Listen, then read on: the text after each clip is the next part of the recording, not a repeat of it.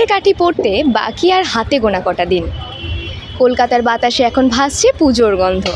আর এই পুজোর অন্যতম আকর্ষণ হলো জগৎ মুখার্জি পার্কের পুজো।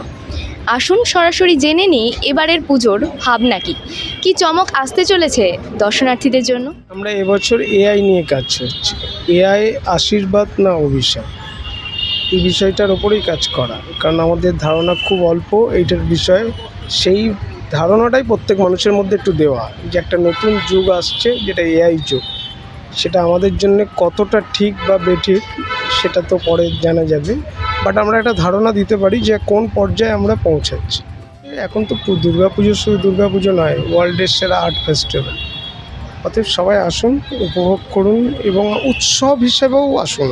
মানে শুধু যে আর্ট ফেস্টিভ্যাল এটা নয়, দুর্গাপুজো আগে উৎসব, কারণ যার জন্যে আমরা এই হেরিটেজ সম্মান পেয়েছি, হ্যাঁ, সারা বিশ্বের কাছে সমর্থিত এটা আমাদের। অতএব সেইটা দেখতে আসুন। এবং